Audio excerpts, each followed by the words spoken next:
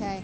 All right. Good afternoon to our CGTN viewers. We're live streaming on CGTN's app, Facebook, Twitter, and YouTube. I'm Liu Yang here at 2019 International Horticulture Exhibition, which is still being set up. So first thing first, let me introduce my co-host, Bryan Pirolli. Thank you very much. We're here at this event where in exactly 1 month it's going to open to the public. So as you can see, things are not quite there yet, but they will be by April 29th when the expo opens. So it's going to last for 162 days, Yes. ending on October 7th. And there are an expected 16 million people that will pass through the many pavilions that will be constructed here. And there will be 1,200 types of plants being exhibited here in this 500 hectares of land. That's a vast areas of land. Yeah, actually, this is the biggest international horticulture expo to date here in Yes. Beijing. Yes. And so the theme this year is, you know, Live green and then live better. live green and live better, and that's Yes. exactly what we hope that people are going to walk away with when they visit the pavilions here. And so when we think about living green and living better, Yes, that's what I want to talk about, is about the keywords. You know, Brian, we were here, me and my camera were here, filming all of the pavilions. We went to Miramar Pavilion, German Pavilion, and we talked to some of the designers here. And some of the keywords that can come up right now is about culture, sustainability, eco-friendly, creativity, connectivity. I can go on and on. So what about you now? well, for me, since it's my first day here, some of the words that came to mind strangely were tires and potatoes. Oh, okay. And so as you can see behind us, we're using rubber tires from automobiles in some sort of construction here. And so we thought it would be interesting to talk to the people behind Yes, definitely. this effort to learn more about it, because there's actually a center here, a pavilion dedicated to the world's most famous tuber. And we all love potatoes. Of course, right? and especially here in China, where about one fourth of the world's potatoes are harvested. Yes. And Chinese people eat, on average, 40 kilograms of potatoes per person per Yes. year. It's a lot of potatoes. You've certainly done your research. Yes. I can see that. Yes. All right. So shall we talk to some of the designers and potato experts here? I think so. I Okay. think so. All right. So we have with us our special guests. Hello, Alex Posado and Marc de Beaufort, who are the two of the children behind the International Potato Center's pavilion. So when you come to the event, there is a pavilion dedicated entirely to potatoes. Now, why not the cabbage? Why not the carrot? Marc, could you tell us a bit more? Well, I think this pavilion is a celebration of the potato, because the potato is the third most important crop in the world. It feeds millions of people. It's an incredible crop that, in its biodiversity, it can provide answers to climate change, to soil erosion.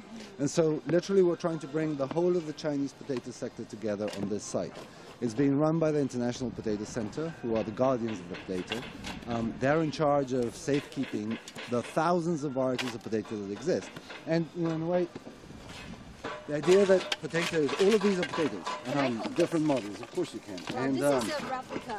they are replicas of some of the more than 4,000 varieties. amazing. It is amazing, and I think people, everybody knows potatoes, but they don't know the wealth of their biology, of their, of their biodiversity. If you don't mind, Of I'd course. like to. That's actually a Well, sweet of course, potato. we can taste it as a replica, but we certainly hope in the future sometime we have the chance to taste it in Peru or in South America, right? Yes, Yeah. Peru is the center of the biodiversity of the potato, but China is the world's #1 producer. Yes. So there's a natural connection between both countries, and that's what we're going to try and do here. In a second, Alexander will tell you about the design, but this is Yes. based on an ancient site in Peru that was created to investigate thousands of years ago all of these varieties of potato. So that's what we're trying to build here. But for us, it's just, to be in such a big event, to be in the middle of this extraordinary, event that the Chinese have put together is an honor. And the fact that China is the world's #1 producer, we need to celebrate this thing. And that's what we're trying to do here. And you're part of a campaign, right? There's a 2-year campaign going on right now to discuss potatoes. Absolutely, because if there is a problem with the potato, is that we're very used to it. Not so much in China, perhaps, but in the world, people take it for granted. You know, they look at the potato and they like the potato, but they forget how important it's been in history. I mean, the potato has changed history. So the campaign is called Imagine a World Without Potatoes. And when you ask people to imagine a world without something, then they react. And they say, well, that would be a stupid world. That would be a terrible world. And what we're doing with the sites again is inviting all our campaign partners, and there are many Chinese companies who are campaign partners, to come, be here, show to the millions of visitors who are going to come here what the importance of the potato, what it means, and how it can continue helping to improve our lives.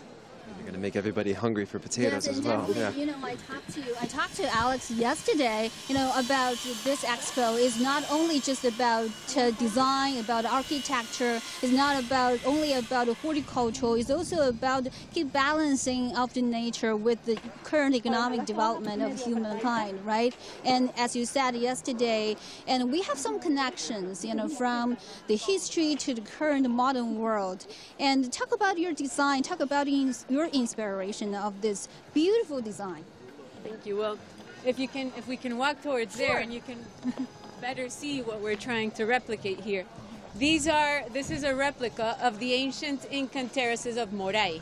These terraces were built in Peru, in South America, in the high Andes, and they are considered to be one of the world's first agricultural research centers. That means that hundreds and thousands of years ago, the Incas, in order to better feed their empire, they created these terraces where they created a temperature difference of 15 degrees centigrade. That's amazing. And that temperature difference creates all the microclimates that you can find in the entire territory of the empire. That way, that's how they started developing the crop, the potato, and the potato now has almost 5,000 varieties of the potato. In the world. In the world. Wow. Thanks to this initial work, this initial scientific visionaries of the Incan Empire. What we're doing today is creating this replica with modern materials, being that used tires. Yes. Tires are one of the world's biggest problems in terms of what to do with rubbish, How do you recycle them? How do you recycle them? Yes. They barely decompose. It takes hundreds of years, and you have huge tire dumps. I mean, take a look of these tires. You know, it looks like they're brand new, but they have already, They're used. and Actually, the car owners abandoned them. I guess. We've been using here 3,500 tires from Beijing, Okay. and we actually only pay for the transport because people are more than happy to get rid of these tires. Yes. What we do is turn it on its head. What makes the tire a problem, we make it something that becomes positive.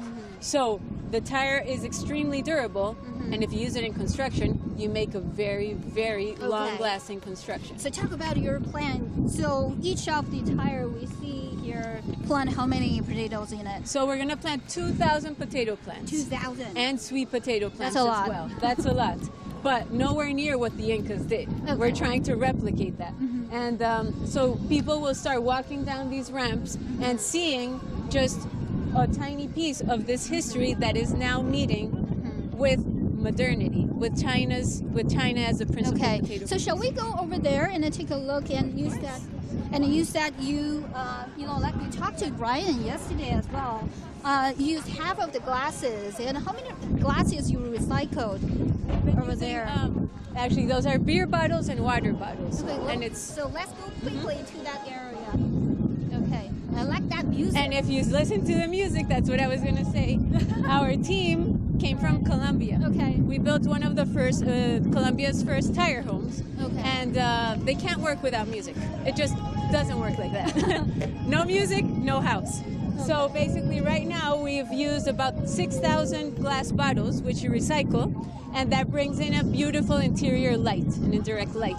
So this becomes a beautiful, entirely recycled house that is more thermal, that is structurally better, and that creates a new solution, a different way of seeing how to use our resources, how to build our homes, how to better use our spaces. This is what we're trying to communicate. Okay. So, and we talk about you, Bryan. I guess you have a lot of questions to ask. Yeah, because we were talking about earlier, getting people to just change their mindset a little bit. When people look at this, what do you want them to walk away with in terms of how they might be able to apply this to their own lives? I mean, everybody's not going to go home, obviously, and get 3,500 or 35,000 tires and create their own garden, but there's probably applications in people's daily lives that they hopefully could walk away with? Yes, if you just look at this and think of a tire, and stop thinking of a tire as a waste product, then you start thinking of everything as something that's different. You can start thinking of tires, bottles, anything, you can give it a second use. We don't need to buy everything. We need to better use things. And you build your home by using Yes, we tires. built our home using tires, and right now, for example, if there's a potato pavilion, well, we thought, what's the best way? Let's use tires, and create these agricultural terraces. For example, here in China, you could create these same agricultural terraces in terms of potatoes, rice, all the planting that happens here. So there's this creates just a different way of thinking and seeing things. And for us, it's more about investing less in new materials and more in labor and more in the capacity and building potential in terms of people and learning and using your resources differently. And also, Alex, you told us yesterday you're not just a designer, you're a filmmaker. You're a freelancer for for a lot of films, documentaries. Actually, one of the documentaries aired on CCTV. Remember? Yes, actually, yes. You came to our house in Colombia. It was a series called Game Changers. And since it is the first tire house in Colombia, then. They appeared. I guess we have a lot to talk. And also, I noticed that at the back, if our camera can have that focus on that bamboo, that is the other pavilion. And you said designed by one of the Colombia Actually, designers. yes, it's a coincidence. Mauricio Cárdenas, he's a Colombian architect, and we ended up being neighbors. Out of the more than 800 pavilions here, we ended up being neighbors, and he's an expert in bamboo. And bamboo has been traditionally used in Colombia for houses, and then suddenly we ended up being neighbors, and now it's a very different kind of style. It's a modern take on using bamboo. So this is actually it's serendipitous. We use a modern material and turn it into something beautiful into homes. They use a traditional natural material, considered one of the more sustainable products to use. Okay, so Bryan, you get 1 minute to ask questions. Another one. One more question. I mean, the biggest challenge, what was it for you? Yes, that's because a good question. Obviously, getting the tires, finding them was probably rather easy. Assembling it, it's tricky, but... Have you think about that yet? One of the biggest challenges is for people to actually turn that switch in their head. They started seeing us as, what are these crazy foreigners doing here? And right now, they're actually seeing that a house is possible, that terraces are possible, that actually this is not just some crazy foreigners, this is something that becomes real. And that is the challenge, that if you just work through and show through example that, just take some dirt here, put it in a tire, and that's going to create something, it will happen. Yes, as we said, Bryan, as we just talked actually on the car, keep balancing of the environmental protection and the current, the fast-growing economic development. It's not easy, as we talk about giant panda and the bamboo, and we're going to talk about it in 40 minutes, guys, and then we're going to talk about the bamboo pavilion. Behind that is the International Center. We'll be back in 40 minutes. Back to you.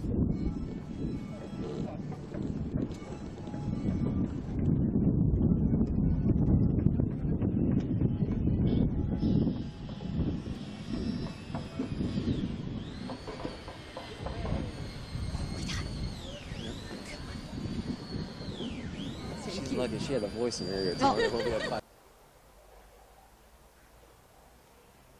Hello, welcome to CGTN live streaming.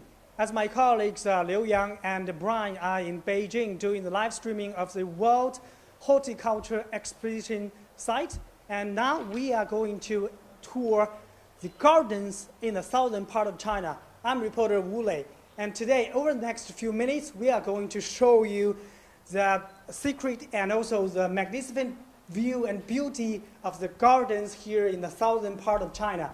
And for more, I'm very glad to be joined by a special guest, Miss Lin, who is a gardening enthusiast. And so, Miss Lin, could you please say hello to our audience and introduce yourself a little bit? Hello, everyone.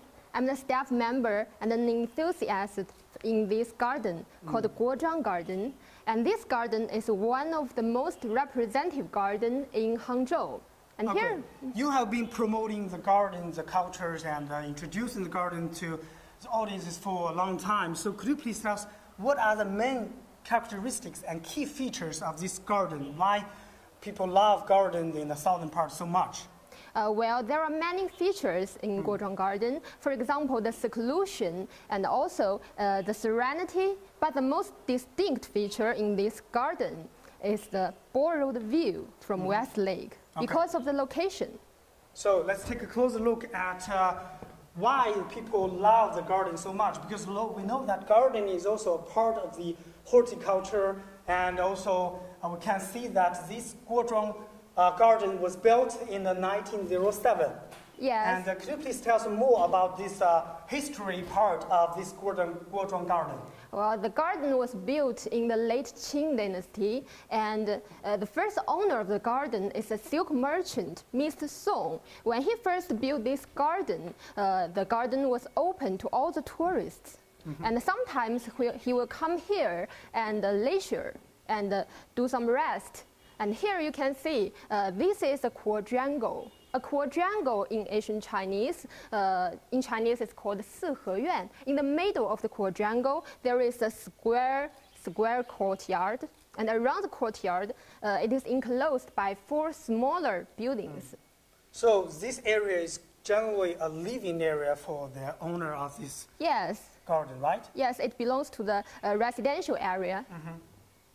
So we know that in the past, people, especially in the southern part of China, a lot of rich people, they like to build such gardens to invite their friends and invite a lot of poets and come here to enjoy the beautiful view and also to see that the garden. Yes, but most of the time they didn't live here. But when they want to take holiday, they will come here. Come here. Yeah. Okay. As you just mentioned, that this one of the major features of this garden is that it is next to the West Lake. Yeah. Because we know West Lake is very famous, and a lot of travelers from around the world come here to enjoy the beautiful scenery every year. Because generally the space of the garden is quite limited. So sometimes people wanted to break through the space limit. So they want to borrow some views from outside of the garden. And for the Guo Zhuang garden, it is very unique. That's why the West Lake, they borrow the view from the West Lake. It has a natural advantage because it's near West Lake. So it borrowed the view from the West Lake. Okay, as we just see, this one is the West Lake. Yeah, that's West Lake. So how many people will come here to see this Guo Zhuang garden every year? How many travelers? I don't know the exact number, but there are many people, especially in the seasons of spring and autumn. Because winter is too cold and summer is too hot. Okay. So actually, in the past, people invite their friends come here to enjoy the gardening, and also, could you please tell us more about this, the structure of this garden, the features of this gardening? How did they build this place, and the trees and plants and architecture? What are the major differences? Well, as you can see, there are many rockeries here and small ponds. They're like a miniature version of the real nature. So when you see the rockery, it resembles the real mountain, and the pond resembles the West Lake. Yes. So they're like miniature versions. Rocks. There are many little bridges. Yeah. And also, these windows are very kind of next to the nature, right? Especially this one is called leaking window. And the design of the leaking window is quite tricky. Because when people first come through the entrance, they wouldn't be able to see the whole panorama view. So this window will give them a sneak peek of the view. And then they will be more curious to see more. Yes, that's why people like to come to the garden to enjoy the view, because in the past they couldn't live in the nature they have to build this kind of scenery to inside their home Yes. and to enjoy them every day. Right. It's a combination of human and nature together. So this is kind of show that how the people and nature are working together. Yeah. I see this kind of window is also special, right? In the garden, in these private gardens. Because the shape is like fan. The fan shape. Yeah, it also resembles the emblem of the 19th Asian Games because it's going to be held in Hangzhou in 2022. Okay. So it borrowed the symbolic meaning of this fan-shaped the fan-shaped window. Yeah. Okay. Because it's a symbol of the Chinese culture. So gardening in southern part of China also reflects people's lifestyle and it reflects the Chinese culture, right? Yes. As we just mentioned that the gardening is very popular in China because we know that there is a Chinese old saying that goes like this: up above there is heaven and down below here are Suzhou and Hangzhou. Yes. And gardens in Suzhou and Hangzhou are very popular across the world. So people come here to enjoy the beautiful scenery. So could you please tell us what are the differences between the gardens in the southern part of China and also in the northern part of China? Well, what are the differences? Most gardens in northern part of China, they are royal gardens. So normal people were not allowed to come into the garden. As royal gardens. Yeah, those royal gardens have many rules. Okay. But the southern gardens are different. For example, the Guo Zhuang Garden, in the past, when Mr. Song was still the owner, he allows the tourists, allow the citizens to come into the garden and enjoy their leisure life. Oh, you mean ordinary people can come here Yeah, they can to come enjoy here the scenery and free of charge. free of charge? Yeah. Okay. But in the north, the royal garden is not. Yeah, it's It's not not open to normal people. Okay. So, if you have anything to ask about the gardening in the southern part of China, please leave us a comment, and we'll try to answer your questions. Because as we just mentioned, this one of the key features of this Guo Zhuang Garden is the borrowed view from the West Lake. As we see that people, the travelers, the visitors are now taking ships and enjoy the scenery here on the West Lake. Yeah, you can see there is a causeway over there.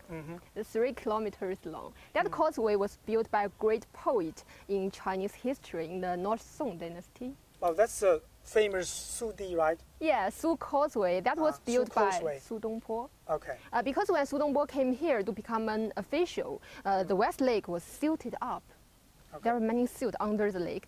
So he decided to order people to clear all the silts. Then use the silts to build a new causeway over there. Okay. And that's the Su Causeway. It was named after him. Oh, that's very interesting.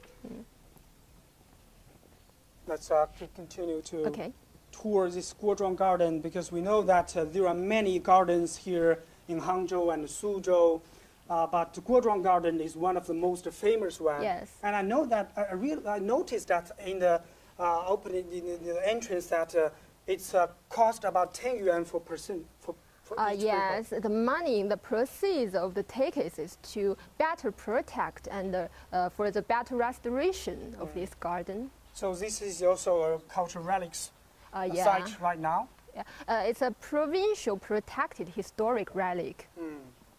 So people can come here to enjoy the scenery, and also, as we just mentioned, that the borrowed West Lake, and because in the past people usually come here by boat, right? Yes, the owner used to take boats. They just pass through this rockery because So this is one of the historical sites back then, and people come here by boat, come here to enjoy the scenery, to meet their friends. Yeah.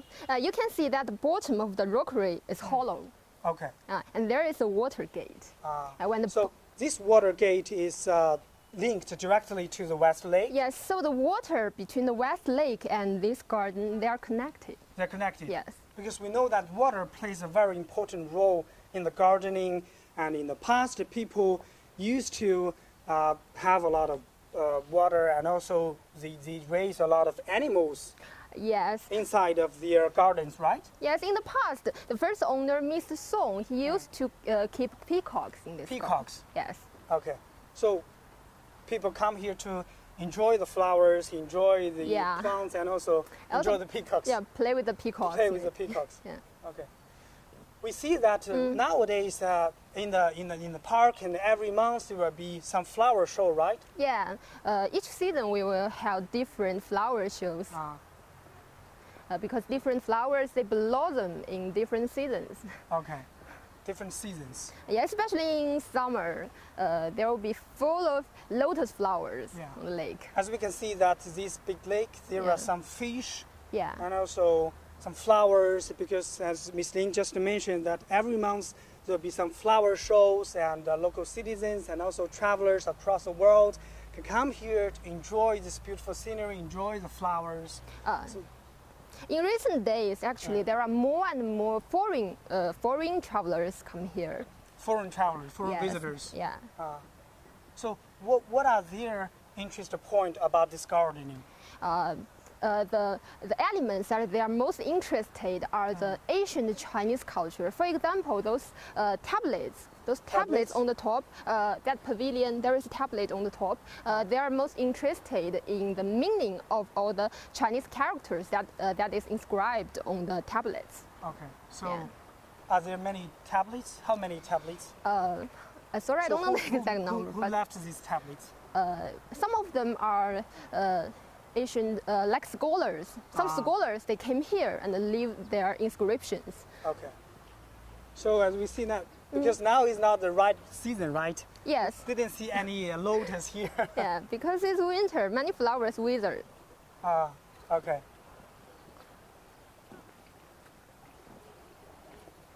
And this is a curved bridge, and it is designed especially in a curved way. Because while we are working on this bridge, while we were walking, we can see the views, see the scenery in a different angles. Yes. Yeah, from this angle, we can see that a very big view of this architecture and the pool and also the flowers. You can imagine that in the summer or autumn, that would be very beautiful. Yes. And that building is called the Liangyi Pavilion. Liangyi Pavilion. Many foreigners they were very interested in this building because it was built on the pond. Okay. Different from other buildings here. Okay. So I heard that in this World Horticulture Expo, some of the flowers here have been sent to the expo, right? Yes. And because horticulture means to the study of the growing vegetables and growing plants, growing flowers, and flowers in the different parts of China have been quite beautiful. And here in the southern part of China, we see that this very beautiful view. Yeah, and the southern part of China, the views in the south, they're softer than the views in the north. Softer? You mean in the north? It's more direct and grand, right? Yeah, it's more grand, more significant. But it's exquisite. The southern views are much more exquisite. Yes. So that's probably a wrap up for our live streaming here in the Hangzhou, in the Guo Zhuang Garden. We have majorly toured this Guo Zhuang Garden, and also this is a part of the World Horticulture Expo countdown, 1 month countdown.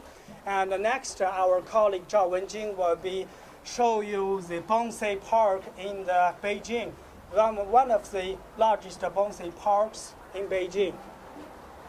Thank you.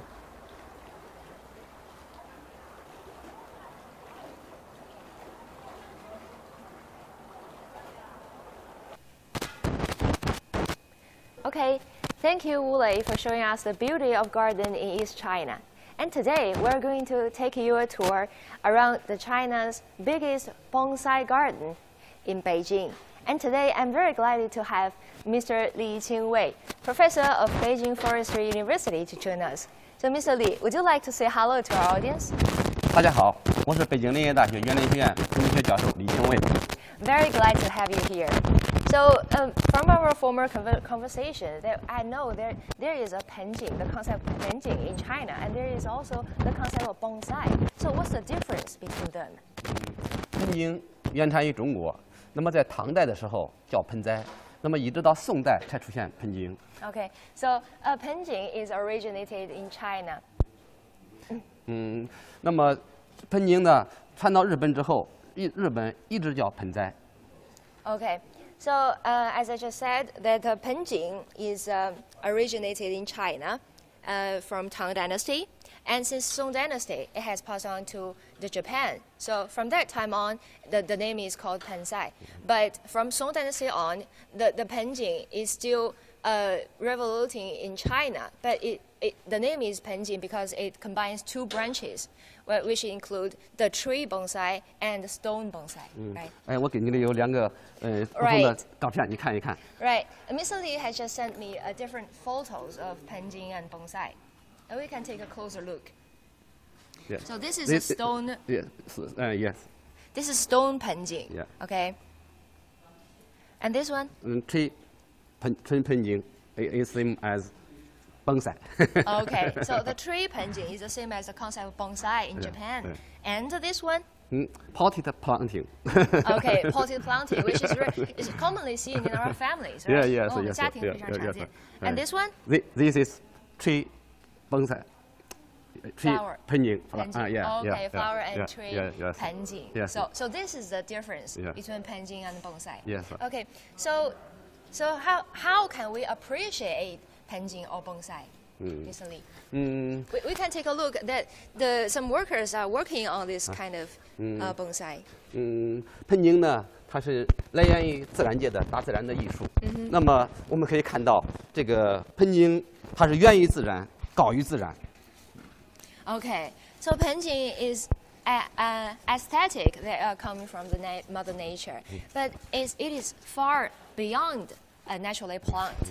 对，它呢表现的是大自然界那么枯木逢春的艺术效果。Okay, so already that tree that come from has grown new sprouts. Oh, this is so aesthetic. Yeah. Yeah. 哎，这个树呢显得很苍老，但是呢又生机盎然。Okay, the tree is old but still vigorously growing. And as Mr. Li former said, there are 4 aspects for bonsai appreciating. Well, the first one is the shape of the tree is compact, with good structure, rich in the variations in a natural form. Second, the tree is aged, which means it's old. The third is awe-inspiring. We can just have the aesthetic appreciation of bonsai tree. And last but not least, it's charming, right? 它实际上表达了一种意境，就是我们追求的是这个生命力的旺盛，实际上表达的这个是实际上一种坚韧不屈的，实际上表达的是一种精神的境界，也就它是表达意境的。实际上它是人工的第二自然，哎，它是源于自然，高于自然。Yes, this is from nature, but far beyond nature. It represents people's feeling of resilience and people's pursuit of spiritual fulfillment. Well, let's walk down the aisle and have more appreciation of the bonsai plant. So, Mr. Li, just as I'm an English learner, and I know that the word bonsai is from Japanese, right? Yeah. And the Japanese bonsai is actually originated from China. And there is also a kind of a bonsai concept in Vietnam. Yeah, so I see there is a lot in common in Asian cultures and horticultures. So would you like to share your opinions in these aspects? 就是我们东亚文化有什么共通之处？其实像这个东亚呢，文化其实都受儒家思想的影响。Yeah, so the Asian culture are very influenced by the Confucius thoughts. 它追求的是自然的美。这个自然呢，比如说也有美学的法则。它美学的法则就是追求的是不对称的均衡。Okay, so we can see from that plant, right? It pursued a dissymmetry aesthetic. This is not. This is very different from the Western aesthetic, which pursued for strictly symmetry. Yeah, right? Yes. Okay. 对，这是this is 不等面三角形的构图啊。Insymmetry, triangular. Okay. 它还讲究什么呢？一茎、二盆、三基架，这是喷井追求的法则。Okay, 你 the 看 first is the plant, the second is the container, and the last is the rack. Yes, 就是要求呢这个井和喷，要从色彩上、从质地上，从这个韵律上都要比例上都要适应，它是一个完整的艺术品。喷井。So this is just an art form. That in arrangement, in this proportion, in this color, and everything is a whole. Yes. Okay. Let's move on the aisle. So, Mr. Li, I'm just wondering that bonsai is kind of an Asian art form. Is there any international organizations or events or competitions held worldwidely? 就是国际上有没有这样盆栽类的组织啊、赛事啊、活动啊？有的，就是喷井虽然起源于中国，那么它呢现在世界上40多个国家都有喷井协会，国际上呢还有2个喷栽的，也就是喷井的国际性的学会，一个是WBFF，一个是 BCI。Okay. So there are more than 40 countries in the world that had bonsai fever, and there are 2 main bonsai organizations in the world, which means WEFF and BCI, which BCI means the Bonsai Club International. Okay. As I learned, that Bonsai Club International is founded in 1902 and have been holding international events and competitions in bonsai, like worldwide, like in China, Australia, and Philippines. Okay, so speaking of worldwide impact, that the upcoming Horticulture Expo, which is about to kick off next month, is also an international event. So, how the expo promotes the horticulture, the development of horticulture. So, 我们的这个世园会是如何促进咱们的这个盆栽的发展，园艺的发展？世界园艺博览会呢，是由国际园艺生产者协会组织的一个国际性的园艺活动。Okay, so the International Horticulture Expo is held by the International Association of Horticulture Producers. I think it ranks the top in this field, right?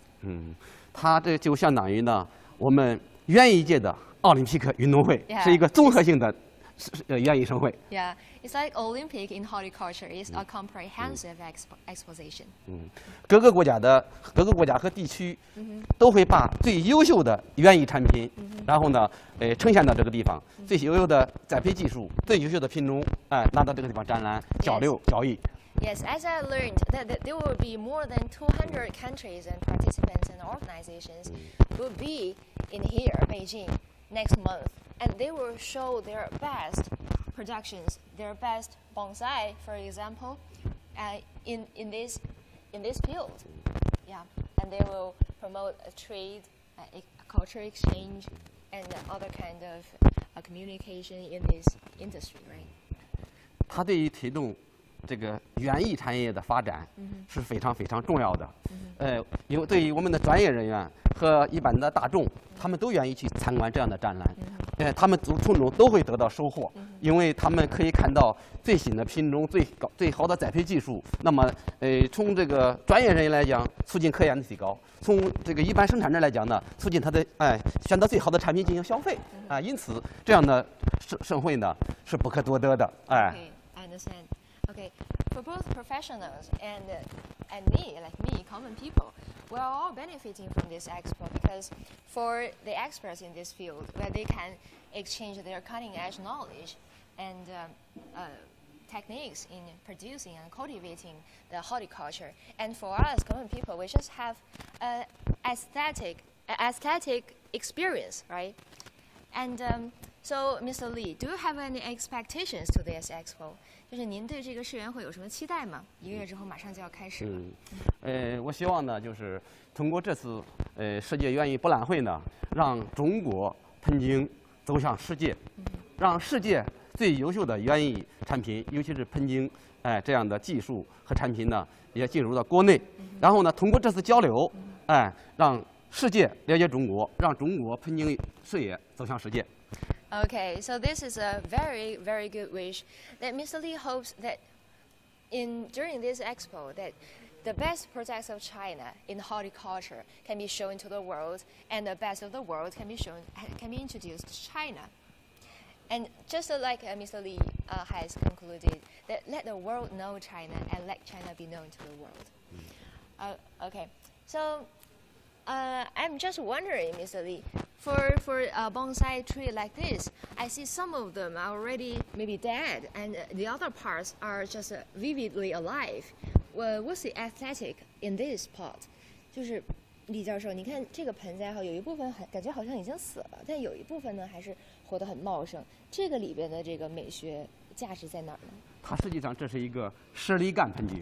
那么这边死的这一部分，它表示的是一个显得苍老很沧桑，就是历经这个上百年或者上千年的这种磨难的大树才有这种情况，就是老干死掉了。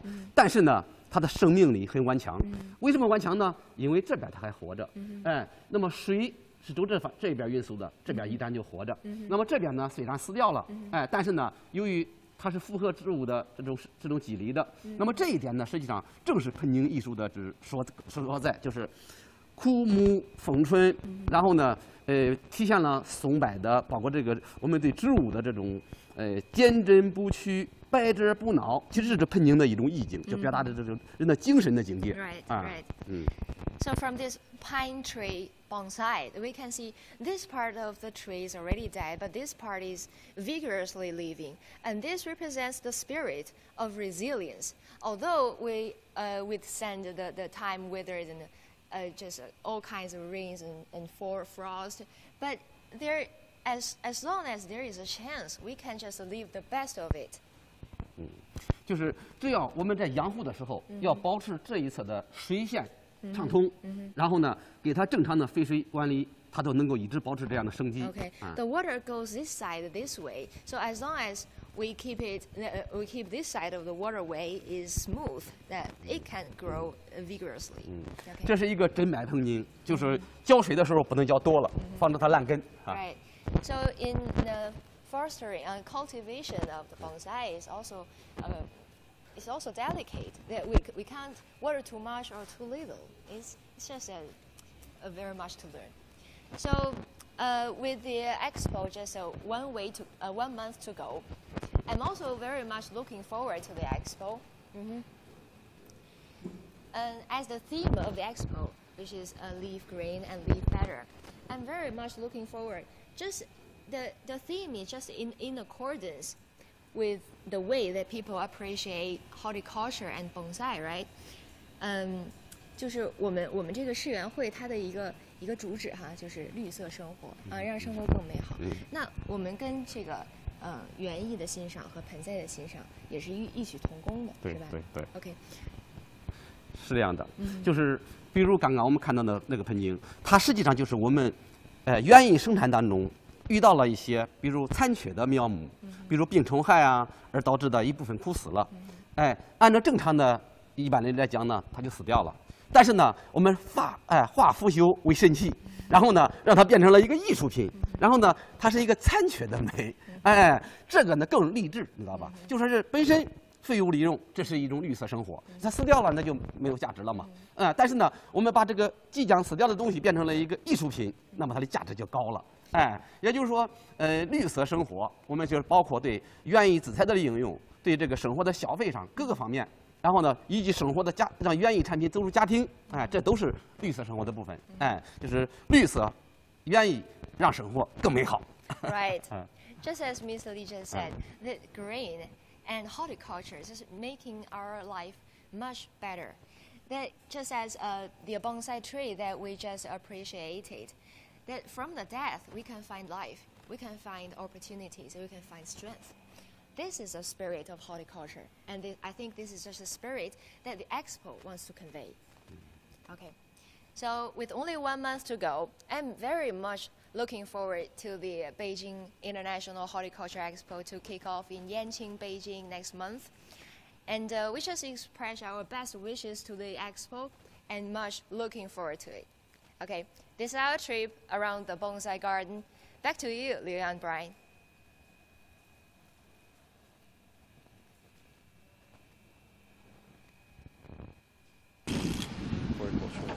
Expo. And then I'll ask you. Okay, we are back at the International Horticulture Expo here just outside of Beijing, where we just spoke to Alexandra about her potato pavilion. Yes. And now here, actually, Yang, we're standing in front of another pavilion that I think we should mention real quickly before we head into our next guest. So our next guest is actually behind us. I think we should give our audience a heads up, right? And this is our bamboo pavilion. And we're going to get an exclusive look inside at the pavilion, which is still under construction. Yes. So it's not quite finished yet. It's amazing inside, and stay tuned. All right, so if our cameraman can pan over there, that is International Center, which is the heart of this, expo. And as you can see, it's beautiful. The organizers say this is a gray and a low power consuming building at the top of the building. Design work of more than 90 panels act like an umbrella, and they're used for sunshade, photovoltaic power generation, rainwater collection. And at night, each of the LED lights will show different colors. It's kind of like the magical world of Avatar in the movies. So during the exhibition, there will be many international horticultural competitions held in here. And as you can see here, well, the weather is not that pleasant. A little blustery today. Yes, it's kind of chilly today. But you can tell spring's coming. You can Yes. tell that soon these plants will be green and will be ready for the Yes, Horticulture I'm still Expo. looking forward to April 29th, you know. One All month right, from now. so, All right. okay, quickly, let's So go inside. we're going to head inside now to our next guest, who is one of the people that runs the International Bamboo and Rattan Organization. Okay. So this is an organization that talks about what else All but right, bamboo. go So we'll head inside, watch the manhole. There are constructions going on everywhere. Can you or not, this is all actually built by bamboo, and especially this barn. Well, that's what we're going to find out. Actually, The entire pavilion Yes. is made of bamboo. And this here, as we were just told, actually, these beams, they look like wood, it's being glued. but it's actually glued bamboo. They call it bamboo All concrete. right, so let's go inside. So please. Okay, our cameraman, please. So inside the construction site, here we are. David. And David is here. David from the Bamboo and Rattan Association. And the designer. How is it going? Thanks. Good, good. So we wanted to learn a little bit about this beautiful architecture, which is made out of bamboo. Yeah, all made from them. So you know, So we go there. yeah. Take a look. Let's get a look. So our cameraman has a bigger picture of this pavilion. So this pavilion. Yeah, get a better view of everything. So again, it's not complete yet. We know that, but once it's finished, it'll be even better. Yes. But you know, I want to know first and foremost, you know, why bamboo? Of course, in China, there's a lot of bamboo. We always think about pandas that eat bamboo, sure. But Yes. in construction, why would this material? All right, guys. Why are we using this material? What? I have a bamboo piece of bamboo here. Well, That's the real stuff, right? Yes, yes. yes. So we use this bamboo pole to do all the buildings here. Yeah. So that's as you asked me, why using bamboo? Because bamboo is more stronger, yeah, and more eco-friendly. So and the growing time for bamboo is quite short. You will only use 3 to 5 years. 3 to 5 years. So this took about 3 to 5 years to grow. Yes. Wow. And then how does it get? Is it naturally that Yes. that hard? We use something to we use some treatment to do the bamboo poles to make the construction. So probably need to polish the surface. Polish a and little other things. bit. And as you can see, I mean, up here, the way that they're bent into these arc shapes. Yes. How does that process come about? That's Dr. For our designer to tell us. Designer, structural designer. You mean the art? Yeah. It's with the span of 32 meters, so you can see it's very large. We use some Fire to shape it. yes, to shoot, and only some little steel to connection. Most of them bamboo, made of bamboo. Okay, and you were telling me before this is not necessarily the biggest bamboo structure in the world, but it's close, right? Well, yeah. I remember there's an Indian one. Indian do the bigger structure. Yeah. but it's different bamboo, different kind of bamboo. Yeah. And then we. I see here, there's a pile of bamboo here. So what about we come here and look at it? Okay, I actually have questions about. Just one quick question to David. No problem. You know, and how long took you guys to bring, transport all these bamboos? For 5,000, he said? 5,000, more than 5,000 bamboo poles. Yeah. Wow. And each one is From mainly from Zhejiang and Sichuan. Yes. Wow. And how long took you guys transport that to Beijing? About 1 month. 1 month. Yes, 1 month. Okay. Okay. And you were also saying, we were talking about the longevity of bamboo, how long the structure could last. I mean, the difference between wood and concrete and bamboo is that this might not be quite as permanent as we would like. So why is it important to build with bamboo if it's not necessarily going to stay, you said about 30 years 30 it would years, last, yeah. right? Because we want people to know that bamboo is not only for the like small structures. We can also use bamboo to do the public facilities. Yeah. So this is one of the examples that we do. Yeah. Okay. Good demonstration in city. Yeah, the city exhibition, public building. Yeah. And so what do you want people to walk away with when they leave here, looking at all this bamboo? I mean, how is using bamboo instead of wood, how is that helping the environment? How is that contributing to sustainability in a very concrete way? Because I know recently studies came out with NASA that said, China is, really at the forefront of re-greenifying the world, right? We have more forests being planted in China. So if bamboo is growing quickly and we can use it, and I imagine it's cheaper, perhaps, than wood? It's cheaper. So does that mean we could use bamboo instead of trees and potentially protect forests? Yeah, I think so. Because bamboo is cheaper than the timber, and more stronger. Yeah. This one is actually bigger actually than the one we carried. 4 years bamboo, right? 4 years. 4 years. Yeah. Okay, so they're all natural. Yeah, all natural. It's not, And how tall will that grow? How many meters? Around 10 meters. 10 meters, 10 meters. okay. More than 10 meters. Bryan and I talk about using bamboo, just as a building material, right? And especially in some of the areas, for example, in San Francisco or Vancouver, or even, in Sichuan province, in Wenchuan, if they use this kind of material as part of the building, it probably, is much better than just using a concrete. Yeah, I think so. If we can get buildings as tall as we would want them, right? Can we do that? Can we do that? How tall could we go? I think maybe 3 or 4 stories we can do. Bamboo. The anti is for some area, earthquake area. So if we do some research about such kind of anti earthquake houses, it's really meaningful. And Dr. Shao has a project for the anti-earthquake project. Yeah, in Sichuan. Yeah. So, Bryan, shall we go over there to take a look? That's ready for the pavilion, right? So what are these going So our camera has to turn. What will we be doing with these? It's a research project. It's for earthquake wall. We can make this wall very quickly.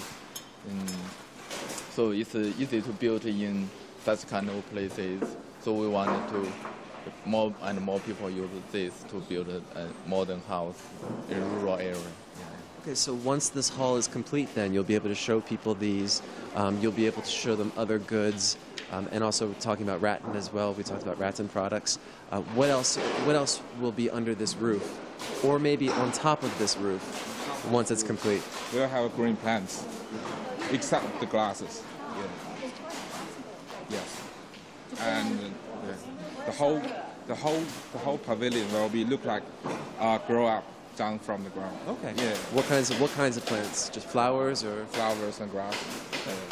And then down here in the expo hall, what will we have? What will we see? You see that house?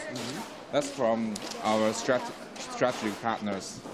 That's Meishan House. Yeah. So they were, yeah. So the theme of that house is to show the Sudonghuo, lifestyle. Meishan. Yeah. That's the hometown of Sudonghuo. That's also the hometown of bamboo. We'll go over there and take a look. Yeah, let's see it. Okay. It's still under construction. Careful, guys. A lot of wires here. How long does it take for you guys to bend these bamboos to install? Install. Bamboos at the top of the building. It's almost 1,000. 1,000 just in the roof. Sorry. In the ceiling, right? In the ceiling, yeah. Ceiling. For the ceiling. So you were talking about the White House right here. Okay. Which does not appear to be made out of bamboo. It's not bamboo. Not bamboo. So why not making this using this as a Also bamboo? use the glue bamboo here. Maybe this part. Now you can see your space here. We'll put bamboo structures inside the house. Yeah. So where's your inspiration come from to build this kind of a sort of the structure and using bamboo material to build this house? We have a lot of communications with Dr. Shao and another designer from Italy, Marusho. Okay. Yeah. How many designers do you have for this Two. pavilion? We have two. Two He's the structural designer, and Marusho is the exterior one. I see. Interesting. And so I guess once this is finished and people can come and see it, It's hot spot. yeah, then this will be one of the most exciting pavilions at the center, right? Yes, I believe, yeah. Great. It's exciting. Well, So shall we go over there and see some of the decorations? Is that decorations? Is that part of the bamboo too? Made of bamboo too? This one, no. No, I mean that one. That one is bamboo. Okay. But Yeah. it's actually you guys have sliced this to thin Slices. layers and right? Yes. So it's very soft. I put this on the roof, you see? And is it just for decoration, or can it be used for other? Is it actually Decoration. just Decoration. And show the handmade. This were all handmade. Yeah. It's also from Meishan. Okay. I mean, consumers.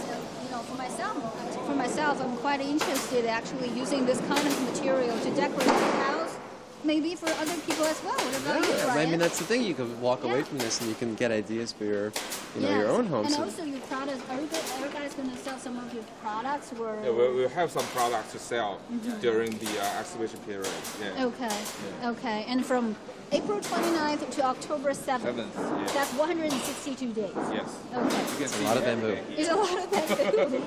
All right, guys. So shall we go out? Outside? Okay.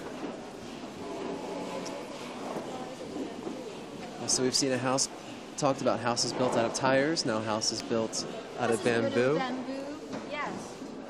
And also outside of International Center, we talk about that material, talk about the photovoltaic generate electricity. Yeah, so it's just going back to the idea again that at this expo, sustainability, eco-friendly ideas, new ideas, innovation, that's all what's on tap here. Okay. And I think actually we have another guest coming up shortly Another guest, but thank you so to much. talk more for- about Thank you. innovation. Thank you so much, guys. Thank you. Good luck with finishing it. I can't wait to see it when it's finished.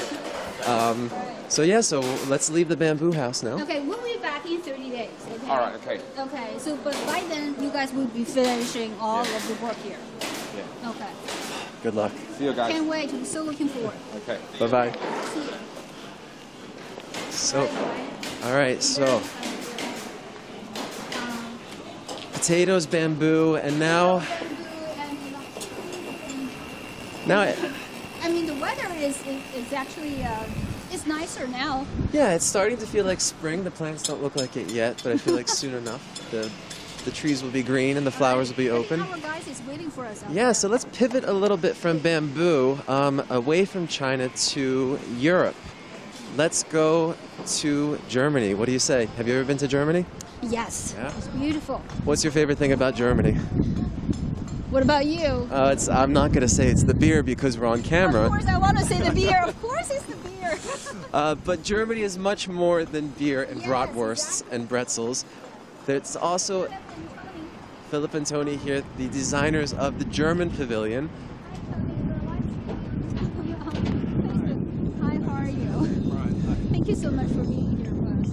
Yeah, All right. we're just really excited to see the German pavilion because, you know, this is one of the most anticipated pavilions, I think, of the year. And there's a theme, right? There's a theme that rides through this this pavilion. And could you just... Yeah, we won the pitch with the concept of seeding the future. Seeding the future. And, you know, it's a big thing in Germany. Germany is a very green country. It loves its gardening. And so we came up with the idea that the pavilion should look like, it's like a leaf lying on the ground. The landscape conquers the architecture. That is one of our basic messages. The landscape horticulture will conquer the city. Will make the city better. The more green we get into cities, the better. That's why we have these green screens. They're going to be planted. There are going to be plants growing all over them. Climbing up the building. That is one of the very basic messages. Around the pavilion, we have a walk through Germany, from north to south, from the North Sea to the Alps. So you have each green screen will have plants from a particular region. So there's another little storyline there. The Rhine River in mini shape on the ground. I don't know if you ever want to walk over. Absolutely, yeah. Yeah, shall we go there and take a look at our CGTN viewers from all over the world? Tuning in on YouTube. Yes. Weibo. Facebook. And the Twitter. The website. So which way we should go? I think around this way, right? Yep. Okay, I'll follow you. Careful here, Young. So yeah, well, sustainability, of course. We have the whole pavilion. There's a lot of wood there, you can see. Yes. And we brought a lot of the big sections we brought from the Alps, the big green screen sections, and the rest is we got here in China. Because we have to think sustainably as well. But so the wood is untreated, it smells good, it's natural, and can be recycled, of course. You know, that's had a lot of value. So, yeah, you can see if you come a bit closer. Careful. So, here, that is the visitors. The pavilion sits on an exhibition space inside. It's all glass inside, so the garden can go through the building. The garden itself, you walk around the outside, and that's where you get the story from north to south. And of course, you end up in the beer garden in the Alps. The most important garden in the entire expo here. I mean, Germany has really been a leader of sort of green cities. You know, you look at Berlin and the community gardens. I mean, are you trying to inspire people around the rest of the world to adopt those sorts of practices? That's the thing. It's part. What we're trying to do is entertain and inform, information entertainment. So we're hoping to educate the future generations on how to do it right, how to do it proper, how to make the cities green, how to improve sustainability. There are all sorts of campaigns in Germany by German governments on making cities greener, of having green facades, all these things. The bees are the stars now in Germany. There's a campaign saying bees are system relevant to the system. So, we're going to have a bee hotel. All these little things add up to correct the mistakes that industrial nations have done in the past. Will make it better, and this is what we want to show. And there's a little bit of cultural history as well of how normal Germans live in their gardens. It's a little green hut here. That's from small gardens in cities where people have they have a weekend garden. Then there are all sorts of examples how industrial sites have been turned green, which is a big thing in Germany. And sorry, I'm saying that I can't wait to go inside. I think we'll walk around to the front. I mean, is this something that's very difficult to do, to adapt these vertical gardens and these beehives to urban landscapes, to sort of retrofit a city, you know, that has never incorporated it? It can be done. Yeah. The technology is there, and this is what the Germans are good at. Of course, we pride ourselves in not inventing but creating systems and making producing systems that really work. You know, it's like a German car. You trust it will work. So they have facade systems, green systems, green rooftops, all sorts of things like that. Yeah. So. Is this like a typical design of people living in Germany? Sorry. Typical design of the house, or maybe from the creative way. The modern architects will be doing this sort of stuff. Okay. I mean, this is, but no, the traditional architecture, of course, isn't. But the modern architecture does look like that. A lot of glass, a lot of wood, and a lot of renewable energies. Of course, we've got in front of the beer garden. We have a pergola structure, which you'll see there, and it's going to be covered with solar panels. We would love to cover everything with solar panels, but you have to, you have to be realistic. So we show how solar panels or renewable energy will also feature in the future. And also, Tony, I see some of the pictures, different flowers. Yeah. These are all sorts of stories of the exhibition. The whole ground floor is one big exhibition telling you the story, actually picking up the 5 themes of the expo, horticulture and life.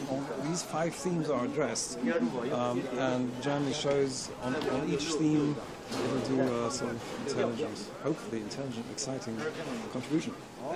Every visitor will get a little seed ball with a QR code, and with that he can then interact with exhibits. It'll recognize language, it'll address it in Chinese or in English or in German. So it's a nice little feature. German ingenuity there. Let's snake around here. Just make sure the camera doesn't stumble. Watch that.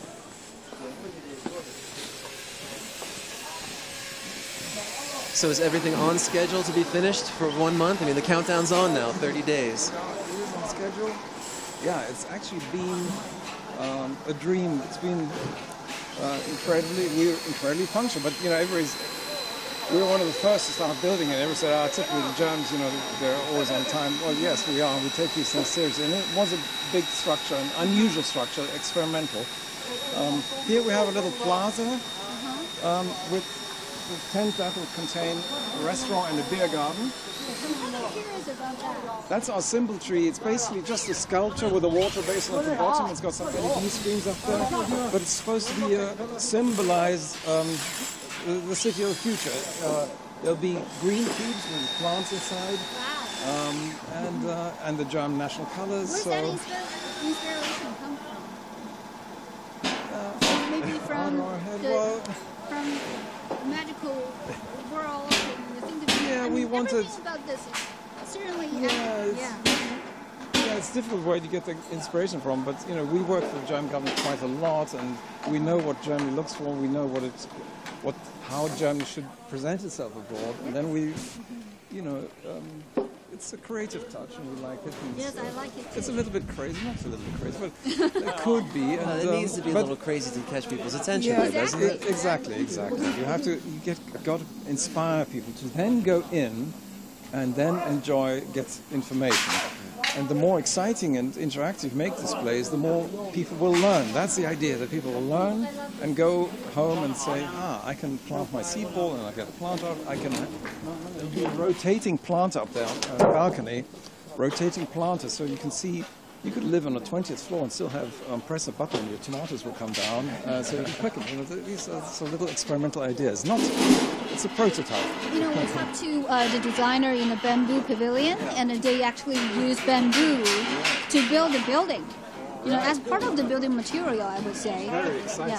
Yeah. That is an exciting thing to do. Yeah. Do you have plans to do it? But that's a Chinese material, see, so we want to do it the German way, of course. That's why all the wood is softwood, homegrown softwood in Germany. We've never used tropical timber. These are sort of the basic rules. Yeah, this is the basic rules of sustainability. So everything is just glazed or. Yeah, you can see the whole pavilion, the whole ground floor is just open, a glass of the whole. all the VIP So what about levels. the interior? Let's talk about the interior. Yeah, what's going to happen inside? Well, there are 5 exciting display zones addressing the 5 themes of the expo, and I don't know them all by heart. I've forgotten because I've just flown in this morning. It's horticulture of life and one or two others. But then there's a core center. There's a call center. No, a core. The heart of the pavilion is it's really a crazy display. Lots of columns with LED screens and mirrors, and you can look inside and you see a garden. So it's a symbol of the city of the future. I mean, we're all going to live in cities. 50% of the humanity is going to live in cities very soon. And that is going to be the vision. That's the final message we're giving. Is this is the city gardens and cities can be so beautiful and can contribute such a lot to make your life better and more beautiful. And there's so poetic Chinese little messages on the outside. So what then for someone like me who lives in a city, or for the sort of the normal person who's going to come and walk away from this expo, what's a very small practical sort of life lesson or application to their lives that you would want people to leave with? Well, even no matter how small your balcony is or your plant box, you can grow things yourself. You can grow vegetables, you can grow tomatoes on your balcony. You can grow things in plastic trays that you carry away or stack up and things. These are all sorts of things we're showing. And little things make the world better. Little things and big things, but everybody can contribute. Once you convince people that this is the right way to do it, the future is greener, then they'll all make the choices and they'll go to the supermarkets, buy accordingly, and that's the way you change things. And Germany's doing a good job there. People are taking it very seriously. People are eating less meat, eating more vegetables. Yes. We actually talked to me and Bryan talked to the designer of the International Potato Center, and Alex used the tires to build her house. Amazing. Isn't that amazing? But again, I understand it's all about diversity. This is what Germany is big on as well. You have to work hard to maintain diversity of plants. There's no point if we have 5 types of apple. No, there are 500 or so different types. And it goes for flowers and all. It makes life more valuable to have lots of different beers you can taste, or wines, or apples, or vegetables. You don't want the same every day, do you? And that is part of the culture. German culture is very diverse, because Germany is a country of different states, and every region is very proud. Bavarians love their beer, and etc. Yeah. No, I think that's good. I'm just really excited to see it when it's all completed. I look forward to seeing How it. long are you going to stay here? A few weeks now, then I'll fly back for Easter, and I'll come back. Until April 29th? Yes, are you of course. going to be here at the grand opening? Yes. That's excellent. So maybe we'll see you. Yeah, we'll have a beer in the beer garden together, probably, right? Yes, we always think about the beer garden. You'll be invited, for sure. That's great. Thank you so much. Yes, thank you so much, Tony. It was a pleasure. All the way from UK? Yeah. No, well, I live in Germany, but I'm half. I see. Rushing from the airport. That's very much We really appreciate it. Yeah, thank you. Good luck with everything. Thank you, Tony. Okay, so I guess that's all for today. Yeah, I think that's it here at to our CGTN viewers. Yeah, the International Expo, the Horticulture Expo, opens in exactly 30 days. The countdown is on now. As I said, today is a very special day. It's a 30-day countdown. It's Friday. It's also the Friday, so we have the weekend ahead of us, right? Right. But I guess, we're probably good. We did it all. We saw it all. And now we just have to come back in 30 days when it's all nice and green and flourishing. Yes, and you can always remember CGTN viewers. You can always log on to www.cgtn.com and also our CGTN app. Look more information about the International Horticulture Expo. Yes. 2019 here in Beijing. Yes. All right. I'll see you in 30 days. Back to you.